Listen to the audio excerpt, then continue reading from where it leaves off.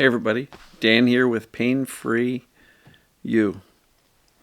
Today's topic, struggling? Evaluate your stories. So we'll get to that in a minute. Breathe in the clarity. Exhale the doubt. Breathe in the calm. Exhale the chaos. Breathe in the strength.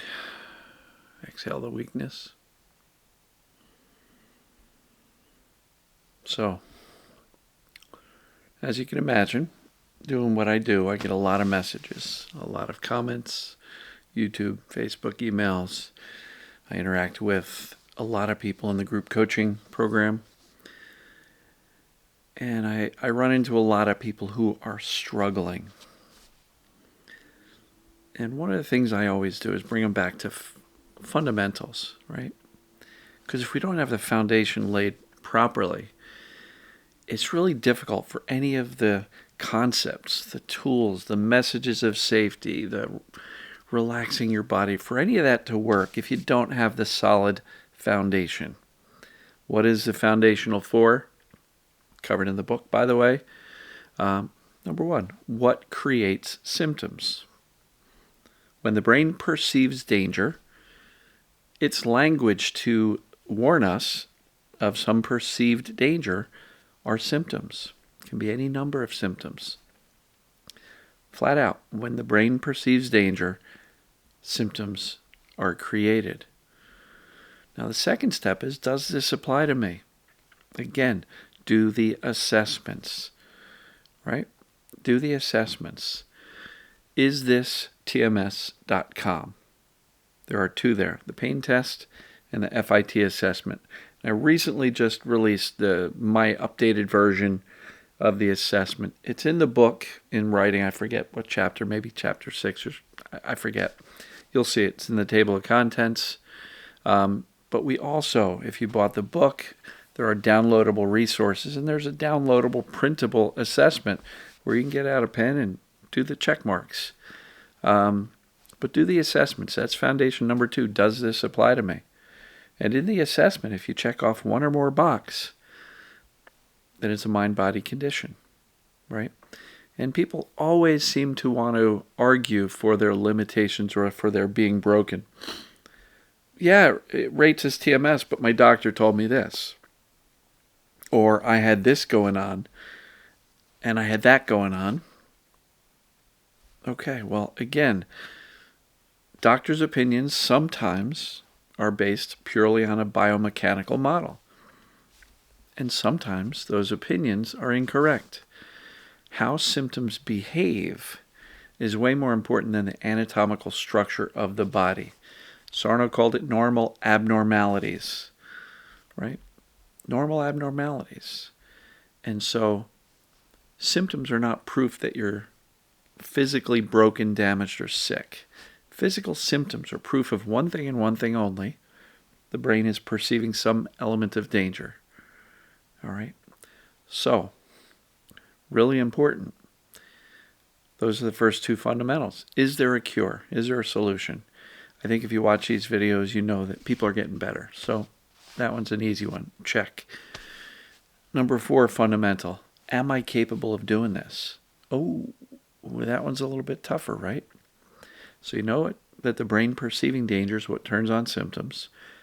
You know it applies to you. You know there's a cure, but can I do this? Can I literally teach my brain? I'm so scared. I'm so nervous. The symptoms are so strong. They freak me out too much.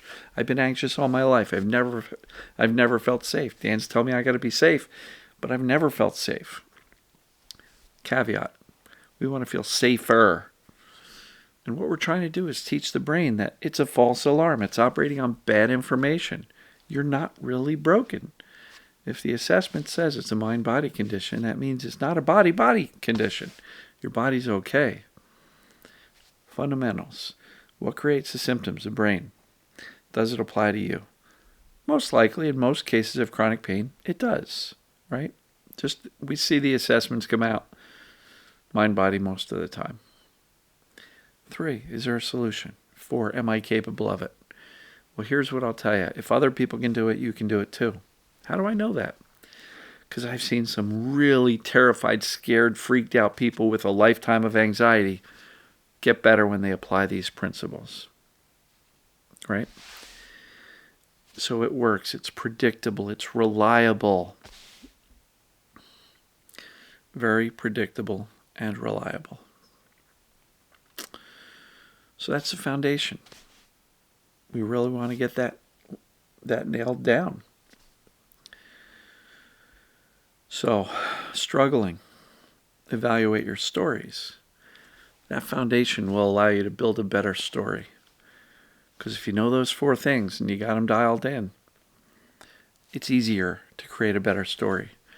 So when I look at the stories that people are sharing with me, is I can't do this, I can't do that. My brain won't listen to me. My brain's stubborn. I can't calm down the fear. I'm trying to regulate my nervous system, but I've never felt safe. So I don't even know what that looks like. So how do I do that? Evaluate your stories. Are the stories creating more fear and more disbelief in your ability to get out of this? Are your stories pouring gasoline on the fire and saying, why won't it go out?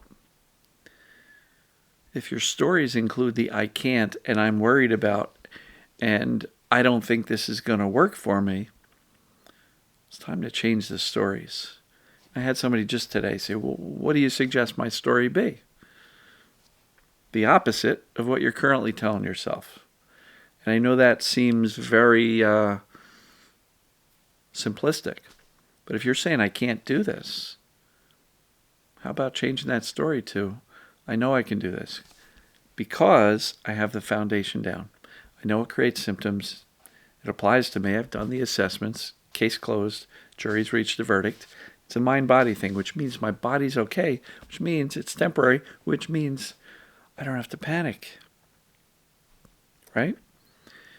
I know there's a solution. People are getting better. Look, Dan, the guy sitting on his couch and shooting videos in his backyard, has over 100 success stories. This stuff works.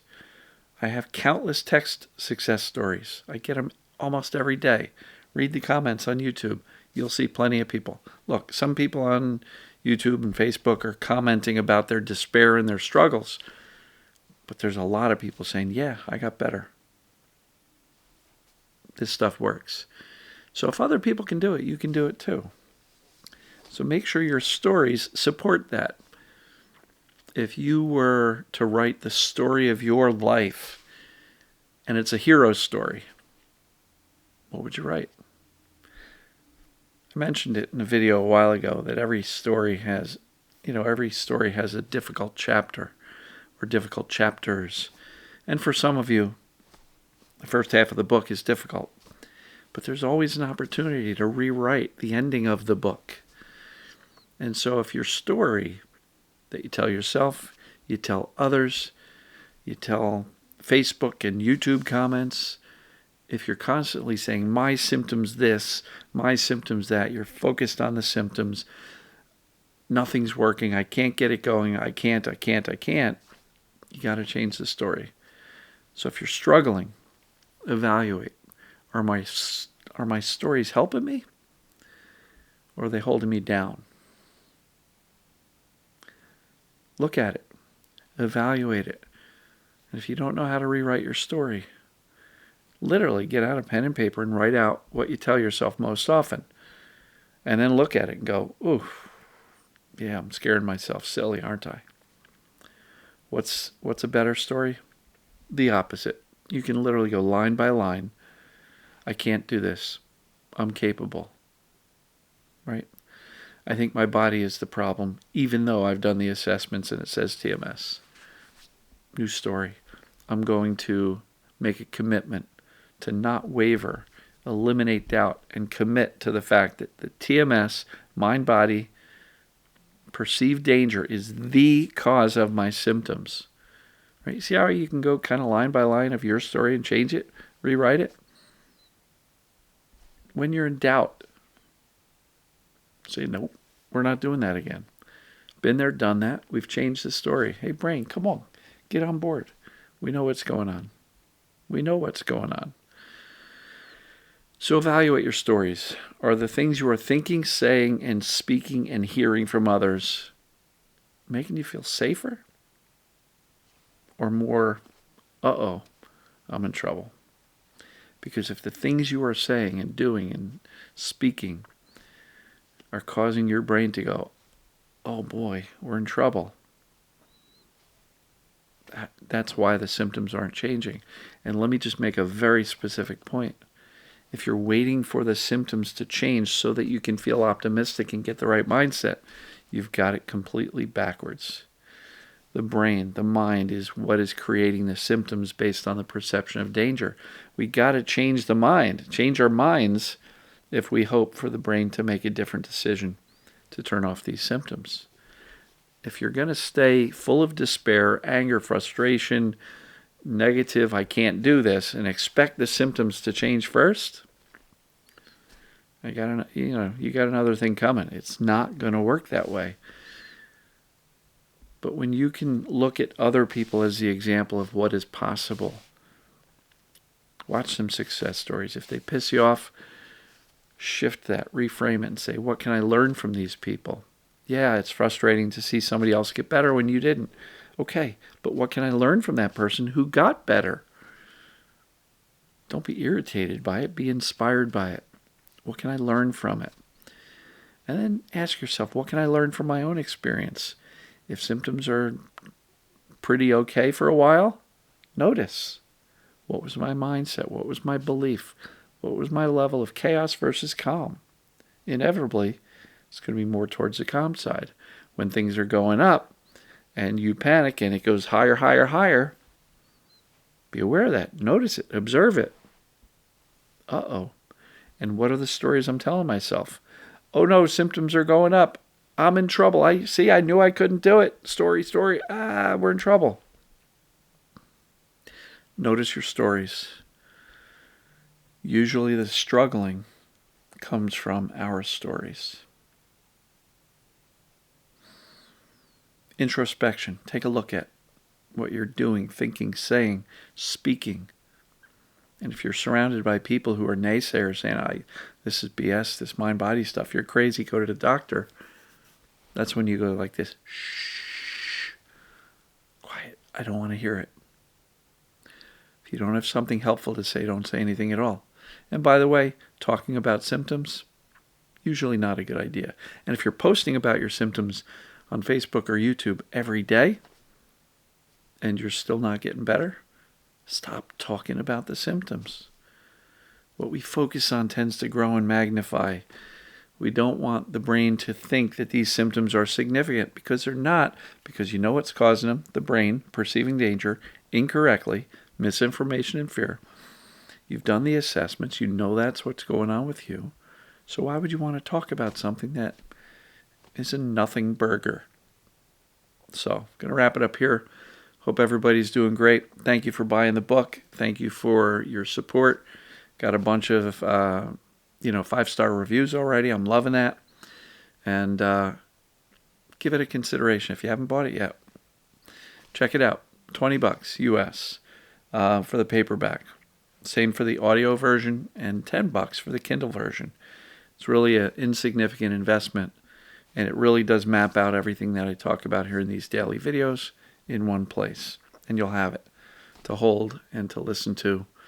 And so give it some thought. PainFreeYouBook.com will bring you to the Amazon USA site. Otherwise, just go to your regional Amazon website, or Audible.com for the audiobook, and you should be able to get it there. So, love you folks. I've got an alarm going off, so I'm going to have to run. But as usual, we'll see you tomorrow. Love you.